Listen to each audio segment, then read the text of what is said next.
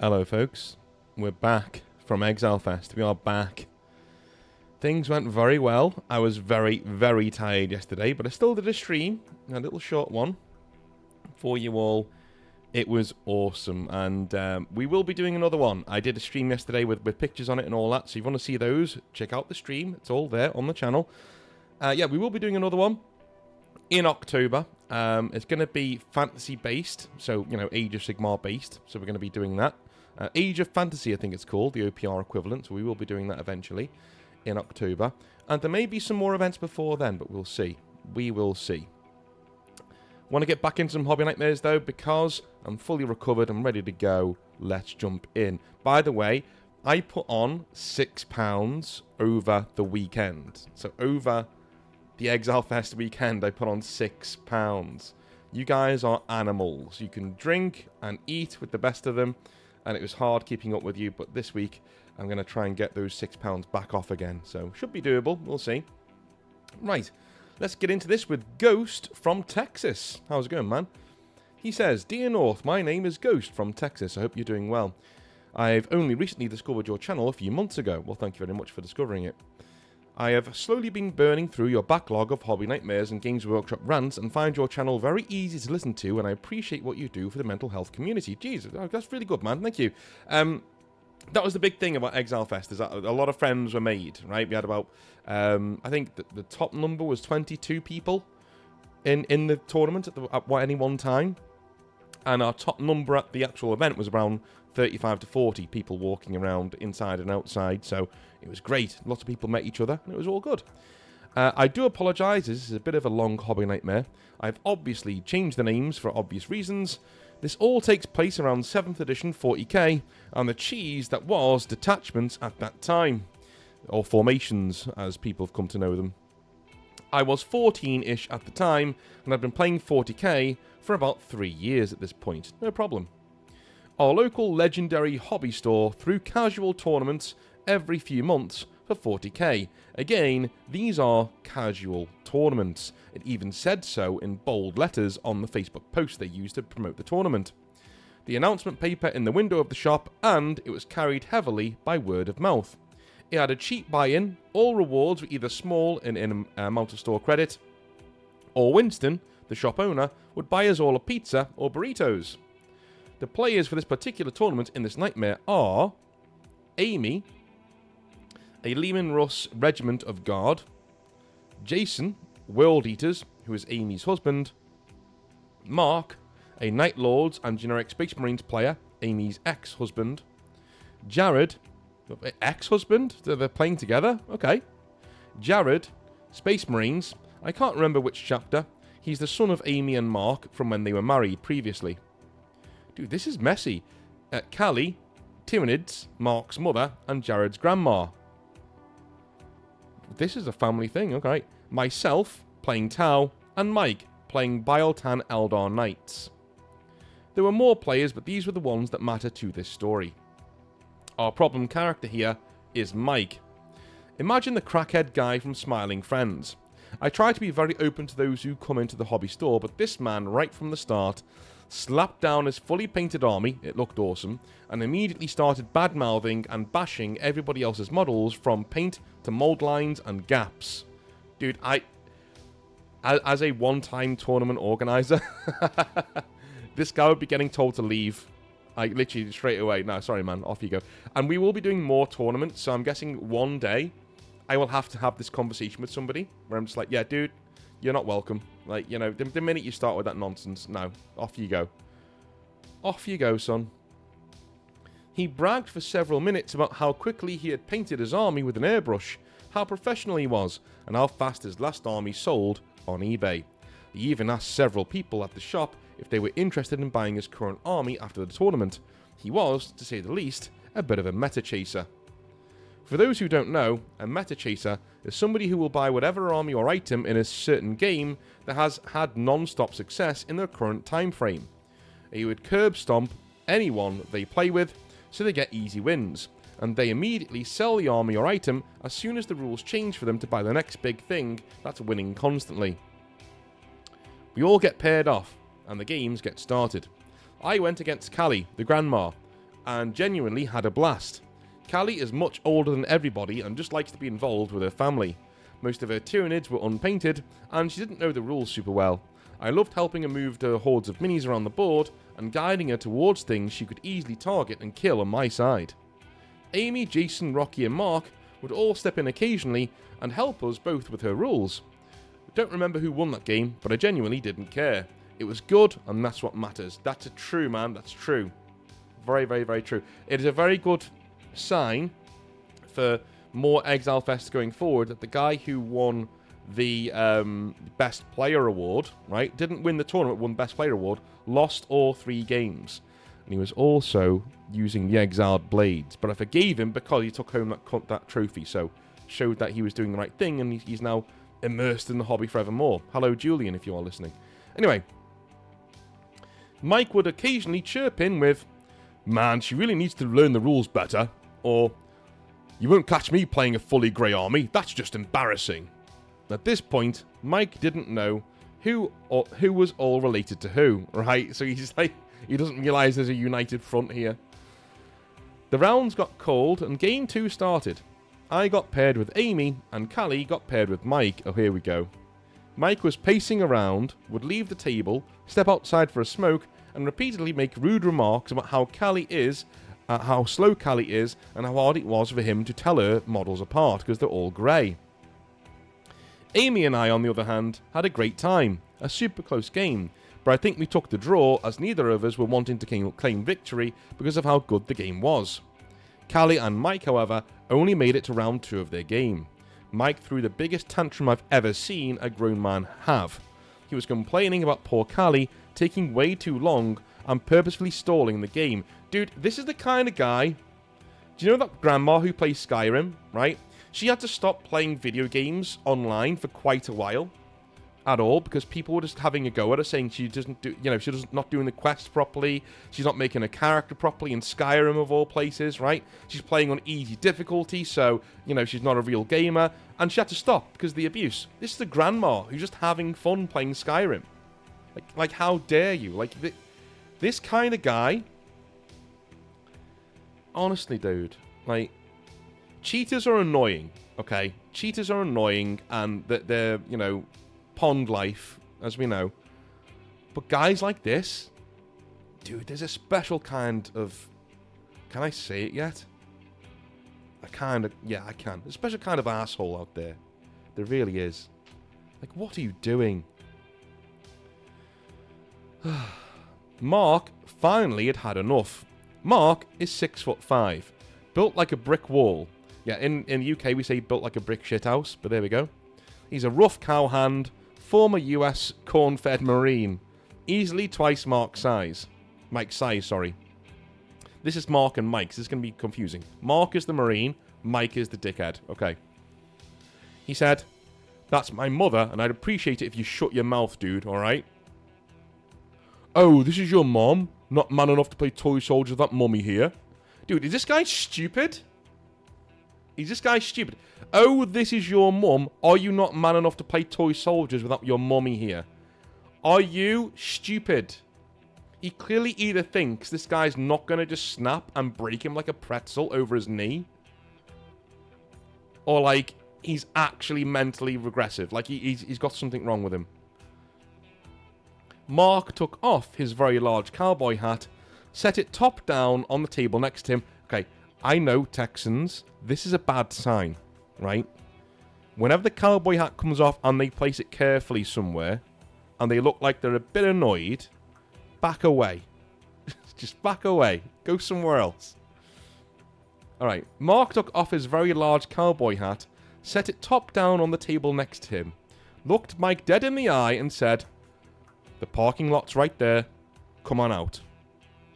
Mark had very gently opened the side door to the shop and held a hand very politely, gesturing outside. Amy said, "Mark, please don't." Then Mike said, "Who are you, his nanny?" Amy said, "No, I'm his ex-wife, and I know very well what he's going to do to you, so I don't go outside." Mike, "Yeah, right. Since he needs you to hold his hand, hurry up and finish painting." Jason then pipes in, That's my wife. Don't ever talk to her like that. Mike, oh, so it's a whole family of inbreds here. The dude wants to die. Like, what's he doing? Oh my god. So it's a whole family of inbreds here. Maybe I'll take you all on, right here. I don't need to step outside for your hillbilly asses. Okay, oh my god. Dude, somebody shut his mouth. At this point, Mark had approached him and physically lifted Mike off the floor with one hand, and I kid you not, North, the colour drained from Mike's face faster than I could blink. Winston, the manager, overheard the fuss and came into the table room and ordered Mark to put him down, and told Mike, dude, apologise and continue playing or get the fuck out. If he did neither, he'd call the cops, but only on Mike. Dude, no, this is the wrong thing to do.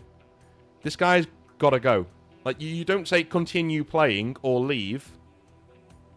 You remove the problem. This is bad management. It's simply bad management. You remove the problem. Get it out there. Goodbye. Off you go. Mike sheepishly apologised and went on to Game 3. The atmosphere had become super gloomy and quiet. Of course it did. I got paired against Mike. Yay. Dude, this is what I mean. Right? One guy from the group getting paired against Mike. I went second. The entire game, for as short as it was, he kept mumbling under his breath and making small remarks about everything. Mike tabled me at the top of round 2. I barely did any damage or anything because of his knights. And honestly, I really didn't care. I just gave up. He was an absolute prick, and I was just about ready to be done with the whole ordeal. Winston came to him after everything, put a firm hand on Mike's shoulder and said, "Don't ever threaten or insult any of my customers. There's the door. See yourself out." Yeah, dude, Winston, you should have done this before the last round. He should have been gone. You endangered everybody at your tournament by not removing this arsehole straight away. That's the line you should have said, right, when you came in to adjudicate the situation originally. It should have been, "Don't ever do that again. Off you fuck, son. Goodbye. Fuckity bye. Goodbye. Off you go." I'm terribly sorry this was excessively long, but as I wrote this out, I kept getting flashbacks to other hobby nightmares that I will eventually write into you. I just had to make sure I didn't jumble them all together. Thank you. Hope you have a good time. Ghost. Well, cheers, man. Cheers. Thank you very much. Yeah, that whole thing, the rest of that hobby nightmare could have been avoided there, in my opinion. But, you know, decisive management, that's why it's needed. You can always panic in the moment, I know that. You know, it is a thing, but still. So on future Exile Fest, I've had an idea, and I would like your input on it. Brain trust of Hobby Nightmares, I would like your input. It went so well, Exile Fest went so well, that I'm thinking of instituting a one-page rules national league here in the UK, right? And basically what that is, I will get a website together that you can all enter, you can all be members of and enter into. And we will have regional leagues, like the Northwest League for Manchester and Liverpool and all that. We will have the Northeast League. You know where this is going, right? London North, London South, all that good stuff. And we will have round-robin tournaments in those leagues. So basically, you all play each other as often as you can, whenever you can, right? And the top players from those regional leagues go to the next Exile Fest to fight to become Grand Champion in the playoffs, right? Not every Exile Fest will be this, but, you know, every other Exile Fest or so, right, we will have the playoffs for these regional leagues all meeting up at Exile Fest to fight it out. Which is why I stripped 2025 from the Exile Fest branding now. What we did this weekend, just gone, was Exile Fest 1, okay? And in future, we'll be doing Exile Fest 2, 3, 4, 5, and so on, okay? I'm thinking of, like, every big number we get to, like 5 and 10, will be abroad, in another country. Amsterdam was brought up as a good place, maybe, yeah. Chicago, LA, maybe, yeah. You know, all these places we could go to with Exile Fest to do a big thing. But I'm thinking every Exile Fest will be a regional tournament playoffs. But let me know if that's something that you'd want to do, because it also means that we're spreading the love, right? A lot of people struggle to find opponents. They struggle to get games in, and that's not great. So I'm thinking if we can do a league like this, You know, OPR, Grimdark Future. We can do something like this. It means people are getting games in. It means you can play games at your own pace. And it means the more dedicated people in the leagues who are getting more games in are the ones winning those leagues and thus going to ExileFest, right? So it all sort of fits in together. If that's something you'd want to do, let me know, and I'll work towards getting a website for ExileFest sorted out, and we'll call it the OPR Grand League or something like that. It'll be really cool. Really cool. So if you're interested in that, let me know in the comment section down below. We're going into Tony. How's it going, Tony? He sent me a nice model here. That is a really cool chaplain, Blood Angel chaplain. I'll show it off in a minute. In fact, I'll show it off now. Why not? We'll get it on the go. Where is he? Looks pretty nice. Let me see, where is he? Here he is. Lovely stuff. That is a cool chaplain. Anyway, he says, "Hello, North. You can call me Tony if you like. I don't know what to consider this draft as it's not really a hobby nightmare. It kind of is. But it has persisted in my mind for a while to get the thought out, so here we are. There have been people that have been telling me I should do commissions. Mainly people from my close friends group, family members, as well as other customers from where I work. I'm not entirely opposed to the idea since I'd spend more time with the hobby, but between 9 to 5 work times, as well as occasional burnout, it'd make an inconsistent workflow, at least for me. I may have just answered my own question, but at least I brought you my conundrum. If you're interested, I have a few stories about the customer service line of work, cashiering specifically. Another thing, can you help me come up with a name for this guy? I've had him for about a year, and he's been nameless for a while. Hope no unnecessary bullshittery happens in your own personal life. Have a good day, North." Brain Trust, what are we naming this guy? Please keep it to, realistic. No Chaplain McChamplin-y face and things like that, right? Give me a cool dark Blood Angel's name to give this guy. So, in terms of your own life, it's kind of like YouTube, okay? You've got to decide if you've got the resources to say, look, for the first couple of months, how many clients will I have as a professional painter? Okay? If I work 9 to 5 painting models.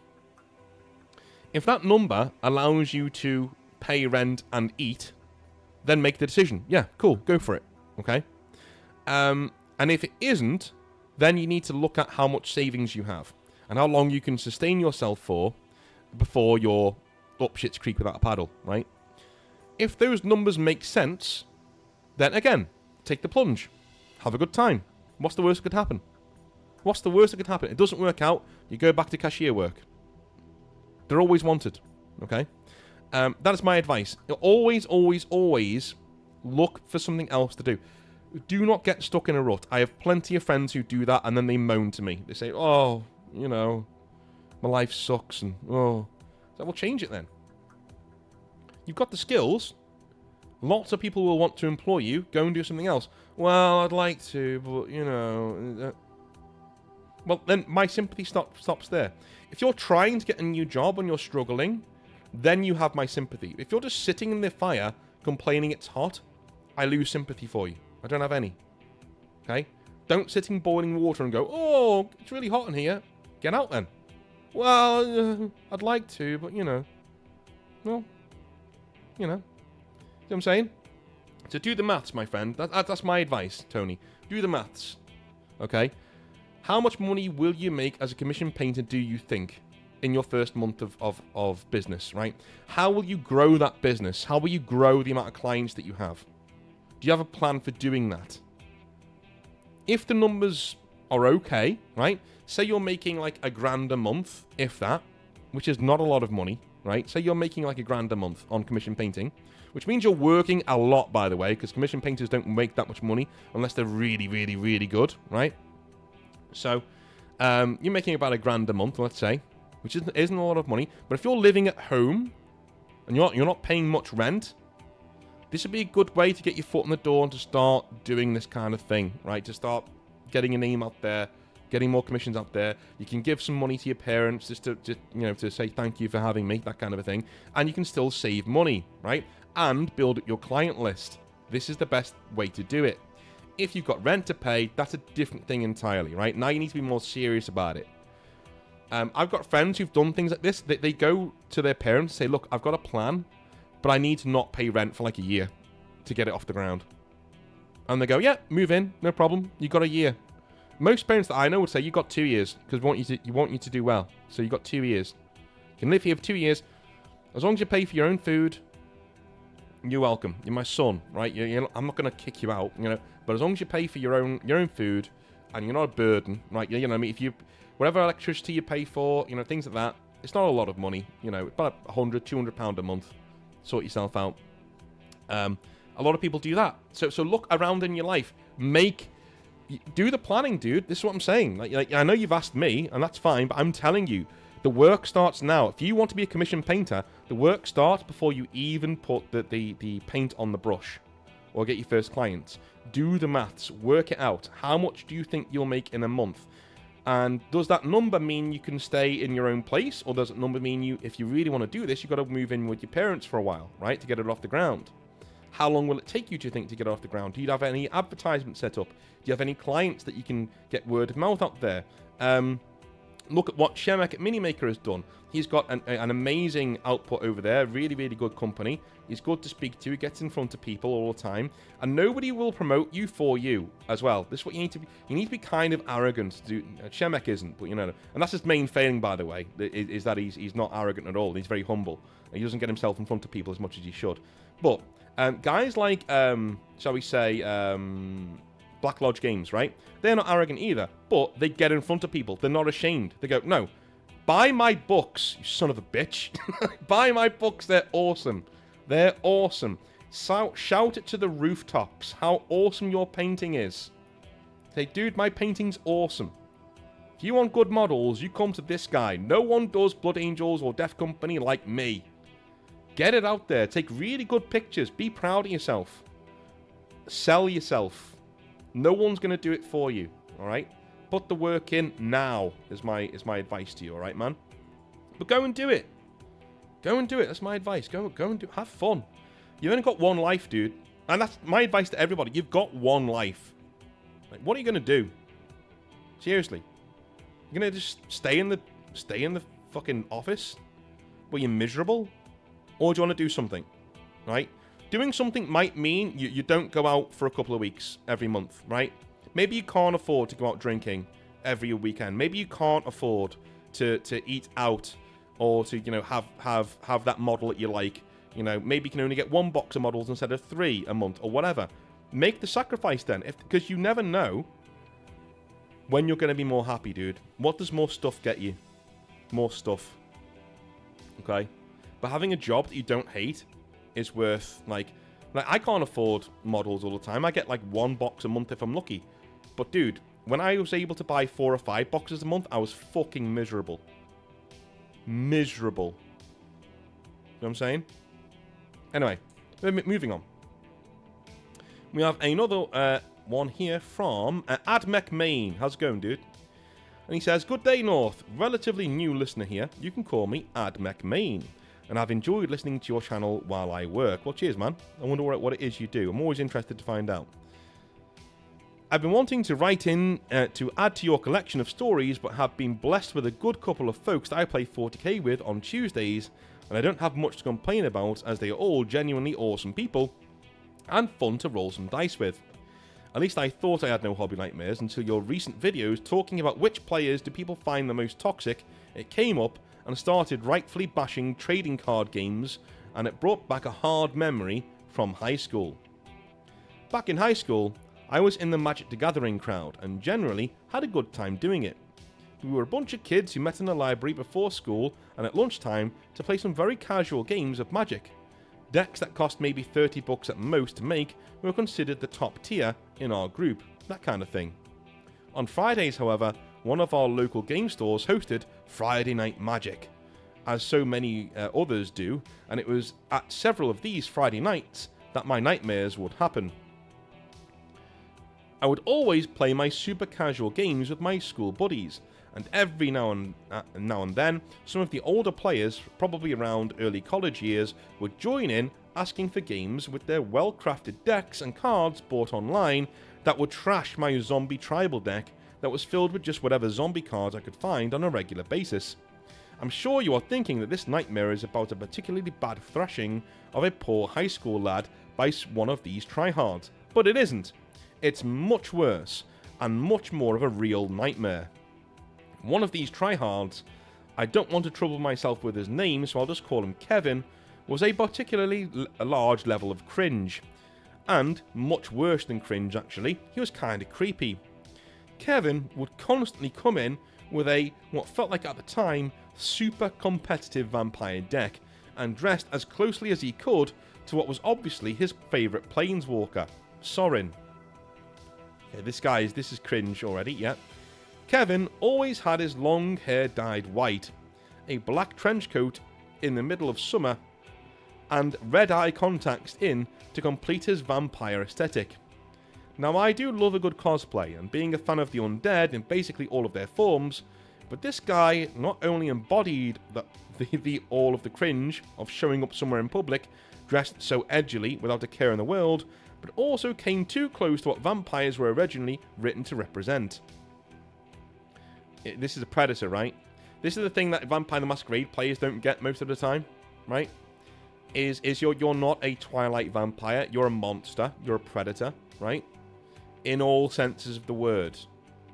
This is why you need grown adults to play vampire. If you're at a table playing Vampire the Masquerade with anybody who's less than mature,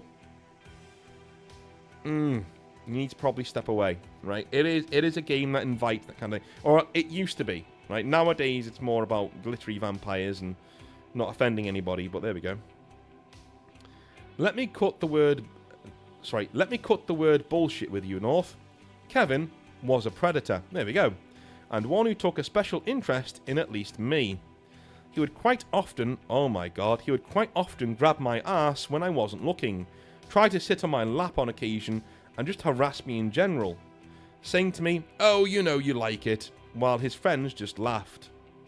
I think his friends thought because I was a guy, and a particularly older looking guy at that it was all just a joke, that the lap sitting and creepy flirtation was all just some kind of gag, but it wasn't to me. Now North, I know what you're saying. Why the fuck are you still there, and what the fuck are your friends doing about all of this? I was kind of thinking that, yeah. And to answer you plainly, North, we should have left. And I should have left. I should have done something about it, anything, but I didn't. I never told any of my friends, and I never stopped going. Kevin was smart enough to only do the shit he did in front of his friends, not mine, and I was too embarrassed that I wasn't fighting back or doing more to tell anybody about it until years later. In my mind, if I didn't go to Friday game night, I would need to tell my friends why, and he wasn't there most of the time, so I could just ignore it and it wouldn't matter. Yeah, I mean, I'd probably say, dude, the way you could have phrased it, I know this is all well and good in hindsight, but maybe say, hey, that Kevin dude's a fucking freak, and he's really creepy. He says really creepy shit, right? And tries to touch people, and I don't want to go there with him. He creeps me out, man. Right? That's all you say. You know? And your friends go, oh, really? And you say, yeah. So I'm not going. Fuck him. Right? I'm not going. Horrible. Right? Anyway. North, I wish I could tell you that eventually I snapped and punched the bastard square in the jaw, or told the store owners and got him kicked. But I didn't. I spent 3 years dealing with this troglodyte harassing me whenever he got the opening. All the way until I left for college. For fuck's sake, dude. 3 years! What are you doing? Right, now you're your own nightmare, dude. Sorry, like, this guy's a prick, yeah, he's a predator, yeah. Absolutely. But, like, doing nothing about it, and then repeatedly going back to the same place, and letting it happen again,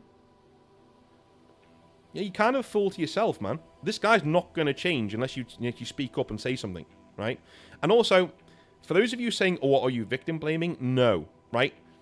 Listen, if this was in your house, Admech, if you're in your house and one of your relatives is doing this, you can't get away. I understand that, right? So if I said that to you then, why didn't you speak up? No, that's ridiculous. That's victim blaming, right? No. You were going out of your way to go back to this one store to play this one hobby that you're not that interested in, where this stuff happened to you. Do you know what I'm saying? Like, you're you're making the effort to go back to this place where this shit happens, and you're going back without your friends. You're putting yourself in the situation where it could happen, is what I'm saying. Do you understand? Like, you don't need to... As soon as your friends leave, you get your cards and you leave. Because he won't do it... In your own admission, he won't do this in front of your friends. Do you know what I'm saying? But you're choosing to stay there. Where you know this is going to happen. Remember what I said earlier? You're sitting in boiling water and complaining that it's boiling. Why? Number one, don't go to the store. Just don't. You know. Number two, only go with your friends if you do go. And the problem's solved. The problem solves itself. Do you know what I mean? Without you even needing to tell anybody anything. Just only go with your friends. And he went, you'll never do it again by your own admission. Do you know what I'm saying? So, whilst I think you're your own nightmare a little bit here. I think you're putting yourself in the situation when this keeps happening. It's odd. It's just odd behavior to me. I don't know. Anybody else? I don't know. It just seems odd that this abuse only happens in a very, specific set of circumstances, and you're going out of your way to be in those circumstances. I'm not saying you wanted this, by the way, before anyone says that, right? What I'm saying is that, you're being a bit of an idiot. That's what I'm saying, Especially if you're nearly college age. A dude who's nearly college age should be like, dude, why am I... Hang on, how do I solve this problem? I just won't go without my friends. Job done. Solved. Please email me again. There may be a reason why.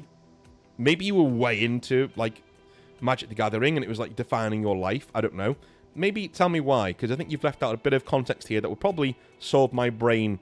If I see a gap in logic, I'll call it out. And I see a massive gap in logic here. You're putting yourself needlessly... You're jumping through hoops to get abused. Do you know what I'm saying? You're jumping through hoops to put yourself in a position where this happens. Now, who's the bad guy here? Kevin. Of course, Kevin. Piece of shit, right? But also, in terms of who, what's going on with you, you're your own worst nightmare. What are you doing?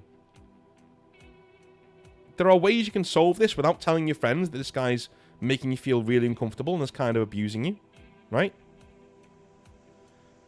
Anyway, I'm writing this to you not to gain sympathy or to be told I needed to man up, but to let others in the audience know that there are scumbags out there, and just gritting through it isn't going to make them go away. No, it isn't.